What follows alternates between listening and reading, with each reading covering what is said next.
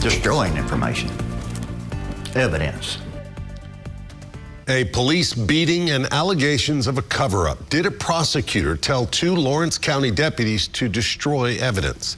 That's one of the questions we're asking tonight at 6. Thanks for joining us. I'm Rory Johnston. And I'm Carrie Sharp. News Channel 5 investigates first reported claims that a prosecutor advised deputies to delete cell phone pictures of a man they had just beaten.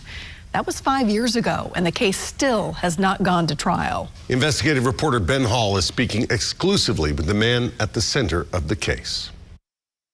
Mike Jones was 62 years old and disabled when he was pulled over. He was badly beaten, and now he's waiting for this case to go to trial. Both eye sockets was crushed. The sinus cavity was crushed. My nose. These pictures show Mike Jones in the hospital days after he was arrested back in October of 2020. What do you think when you look at those pictures? That's pretty bad. Everybody that's seen the real bad ones says that they're just trying to beat you to death. Jones was pulled over by 2 Lawrence County deputies, Eric Crafton and Zach Ferguson, who were working for the 22nd Judicial Drug Task Force. It happened on this rural road near the Giles and Lawrence County line. Deputies claim in their incident report that Jones led them on a chase, throwing drugs from his car. When he stopped, they claim the 62-year-old, who was on disability, resisted arrest. Got me out and then slammed me down on the ground. And one of them was in the middle of my back and the other one was beating on me. But Jones was really surprised by what happened next. A deputy stood him up and took a picture with his cell phone. That looks like the picture they took of you at the scene. Yeah. Yeah. It is. Yeah, it is. I can see my eyes is already starting to swell. I don't know why he took the picture. He just wiped my face real hard with that rag because it's just covered in blood and snapped my picture with his cell phone. A court filing claimed Deputy Ferguson texted pictures of Jones's injuries and this picture of blood in the road to Assistant District Attorney Emily Crafton, who was in District Attorney Brent Cooper's office. The court filing claimed she saw the pictures and advised Deputy Ferguson to delete the photos. It covered the case up. It covered the investigation of the crimes against Mr. Jones up. Attorney Andrew Nutt represented Jones and told us in 2021 deleting the photos was an attempt to hide the brutal beating.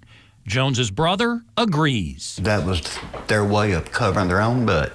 They were just hiding information, destroying information, evidence. District Attorney Brent Cooper later fired Crafton. She now faces official misconduct charges. The 2 deputies face federal charges involving excessive use of force and obstruction. I feel pretty disgusted. That's our public servants. A judge dismissed the resisting arrest charge against Jones and all other charges stemming from that traffic stop. But nearly 5 years later, the deputies and the assistant DA still have not gone to trial. Just keeps getting put off. I thought that maybe they're waiting for me to die or something. That's what I thought. Deputies Caperton and Ferguson remain on administrative leave from the Lawrence County Sheriff's Office. Their federal trial has been set 5 different times, but so far it has not happened. They're just trying to give the public time to forget what went on, so they keep postponing it, trying to get out of everybody's mind to cover their own butt. Jim Jones is ready to testify in court if needed. The whole family is tired of delays, still in shock from the brutal beating and bizarre communication between the deputies and an assistant district attorney. I'd like to get it over with, That's something we're still dealing with 5 years later simply because of them. The Lawrence County Sheriff is standing by his deputies, saying they used an appropriate amount of force. However, Emily Crafton's attorney didn't want to comment on her case. He did tell us he thought the officers were over-aggressive. He also said the delays in trial are not Crafton's fault, and she maintains her innocence and wants her day in court. All right, thanks, Ben. And you can find Ben's initial interview with Jim Jones and more on this story. Just go to News Channel.